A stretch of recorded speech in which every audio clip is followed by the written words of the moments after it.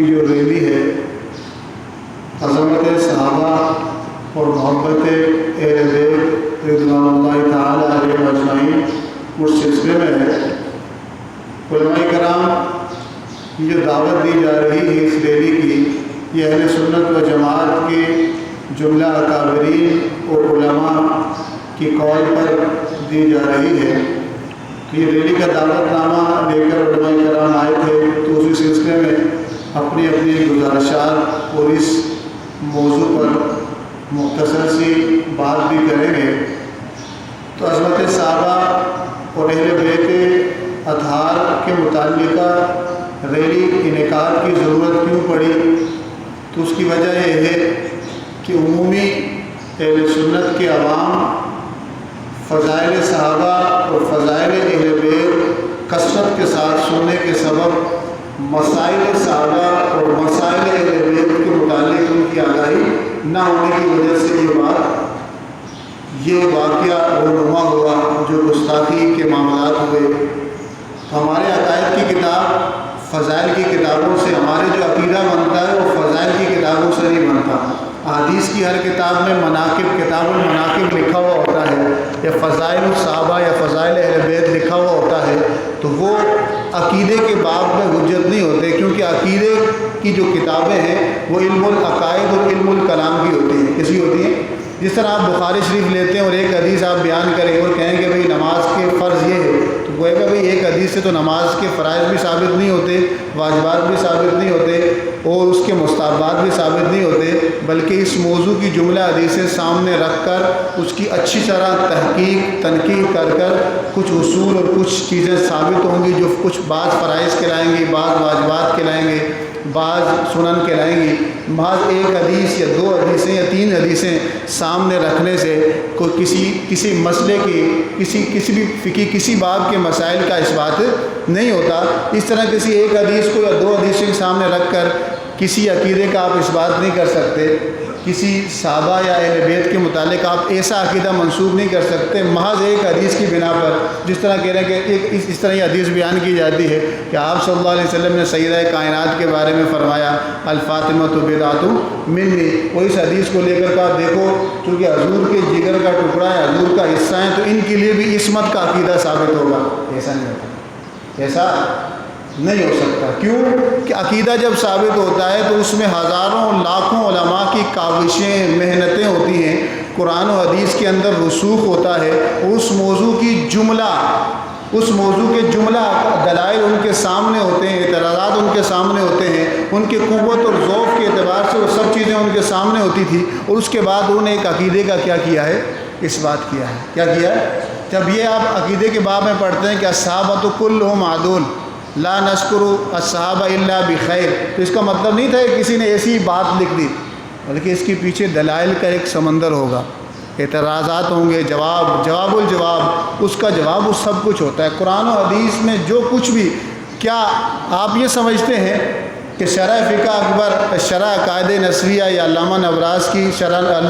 صاحب نبراس کی کتاب فقہ جو عقیدے کی کتاب پڑھائی جاتی ہے، کیا ان کی نظروں سے تاریخی روایت نہیں گزری تھی؟ مشاجرات صحابہ نہیں گزرے تھے؟ کیا ان کے سامنے جو حدیث کے اندر بعض مسائل ذکر ہوئے ہیں، جو پیچیدگیاں سامنے لاتے ہیں، کہ ان کے سامنے سے یہ نہیں گزرے تھے؟ وہ ہم سے بہتر جاننے والے تھے، ہم سے بہتر جاننے والے تھے، ہم سے بہتر سمجھنے والے تھے۔ تو برائے مہربانی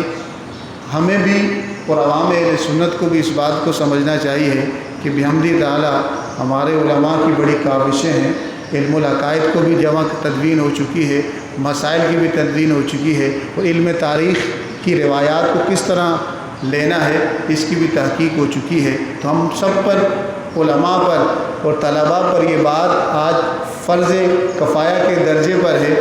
کہ ہم میں سے ہر ایک اپنے عوام کو اس بات سے آگاہ کریں کہ بھئی یہ ہمارا عقیدہ ہے، اور عقیدہ کیا ہوتا ہے، اور عقیدہ اگر خراب ہو جائے تو اس سے کس کس قسم کی بد عقیدگی اور بد احتیاطی جنم لیتی ہے، اور کس کس قسم کا بندہ جرت کا مظاہرہ کرتا ہے، اور بعض اوقات وہ بے ادبی کا مظاہرہ کرتا ہوا ایمان سے ہاتھ دھو بیٹھتا ہے۔ انشاءاللہ تعالی جب آپ ریلی میں شرکت کریں گے تو اس میں بھی علماء کے بیان آپ سنیں گے۔ مختصر سے اس ریلی کے متعلق جو علماء بیٹھے ہیں یہ بھی مختصر سی گفتگو کریں گے۔ تو اب میں اس ریلی کے متعلق بات کرنے کے لیے ملتمس ہوں جناب صاحبزادہ علامہ غلام مصطفیٰ جلالی صاحب سے کہ وہ آئیں اور اس موضوع پر لب کشائی کریں۔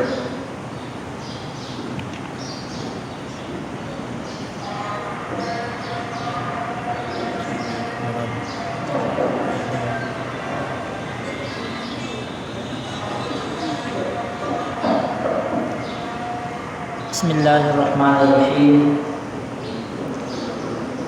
احمدک اللہم یا مجیب کل سائل والصلاة والسلام علی من هو افضل الوسائل وعلی آلہ واصحابہ ذوی الفضائل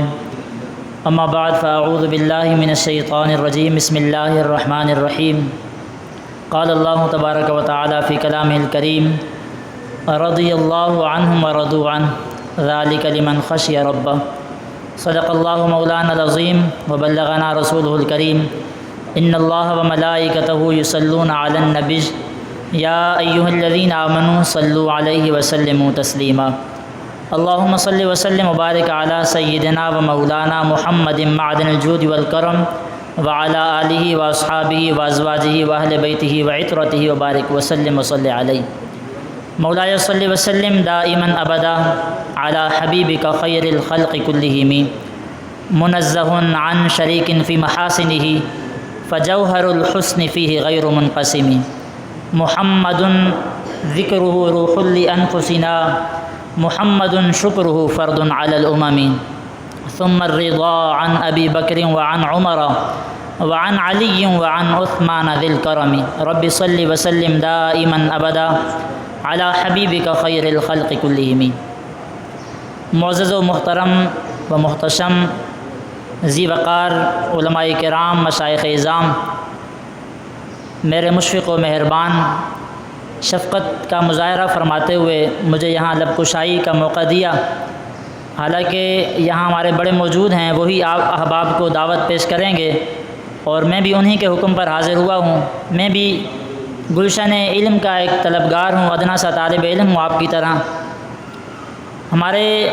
انتہائی بہترین عالم دین قبلہ حضرت علامہ مولانا مفتی عبدالستار چشتی تاجی دامت برکاتہم العالیہ انتہائی بہترین علمی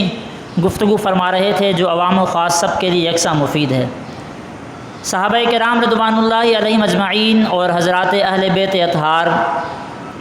معزز و محترم ہیں، وجہ اس کی یہ ہے کہ ان کی نسبت نبی مکرم صلی اللہ علیہ وسلم کے ساتھ ہے۔ سیدی صدیق اکبر رضی اللہ تعالیٰ عنہ سے لے کر ہر صحابی اور اہل بیت اطہار رضوان اللہ علیہم اجمعین کا ہر فرد اہل ایمان کے نزدیک محبوب بھی ہے، معزز بھی ہے، محترم بھی ہے۔ دیگر وجوہات میں جو سب سے اہم وجہ ہے کہ یہ رسول اللہ صلی اللہ علیہ وسلم سے نسبت رکھتے ہیں اور سرکار کی نسبت ہی کی وجہ سے، حالانکہ عرب و عجم میں ابو بکر صدیق رضی اللہ تعالی عنہ کے قد والے کتنے اور لوگ بھی ہوں گے، سیدنا عمر بن خطاب کے قد والے کتنے اور لوگ ہوں گے، سیدنا عثمان بن عفان کے قد والے کتنے اور لوگ ہوں گے، مولائے کائنات حضرت علی المرتضیٰ رضی اللہ تعالی عنہ کی طرح بہادری کے جوہر میدان کے اندر دکھانے والے کتنے اور لوگ ہوں گے۔ لیکن کیا وجہ بنی کہ جو ان کا مقام ہوا وہ ان کا مقام نہ ہوا، یہ ہمارے نزدیک معزز ٹھہرے وہ معزز نہ ٹھہرے، ان کی محبت حصہ ایمان بنی، ان کی محبت کی ایمان میں کوئی وقت نہ بنی۔ اہل بیت اطہار چاہے حسن ہوں، چاہے حسین ہوں یا دیگر افراد ہوں،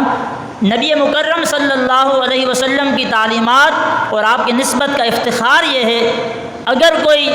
دور دراز سے آنے والا آپ کی بارگاہ میں فارسی وہ حضرت سلمان رضی اللہ تعالی عنہ آ جائیں اور سرکار کی نظر کو بھا جائیں اور سرکار انہیں اپنی بارگاہ میں قبول فرما لیں، تو پھر سرکار انہیں بھی اہل بیت فرما دیں تو وہ بھی اہل ایمان کے ہاں محبوب اور مکرم ٹھہر جاتے ہیں۔ تو یہ عزت اور احترام اور محبت کا جو تقاضا ہے وہ کسی شخص کی شخصیت نہیں ہے، کسی کا خاندانی وقار اور افتخار نہیں ہے، بلکہ وجہ یہ ہے یہ سرکار دو عالم صلی اللہ علیہ وسلم کے ہاں محبوب ٹھہرے اور سرکار ان کے ہاں محبوب ٹھہرے۔ اس محبت نے، اس تعلق نے اہل ایمان کے لیے انہیں اتنا اہم بنا دیا کہ ان کی محبت کے بغیر ایمان کامل اور مکمل ہو ہی نہیں سکتا۔ اس لیے عظمت صحابہ کرام رضوان اللہ علیہم اجمعین اور محبت اہل بیت اطہار رضوان اللہ علیہم اجمعین کے حوالے سے ہمارے علماء نے ہماری تربیت کی۔ الحمدللہ ہم اہل سنت و جماعت ہیں، ہم اعتدال کے قائل ہیں اور اعتدال پسندی ہی میں اہل سنت کی بقا ہے۔ اللہ تعالیٰ اس ادارے کو سدا سلامت فرمائے، اسے تعصب قیامت شاد و آباد فرمائے، یہاں سے علم کا فیض لینے والوں کو اہل سنت و جماعت کے لیے فیضیاب اور سیرابی کا باعث بنائے۔ وآخر دعوایا ان الحمدللہ رب العالمین۔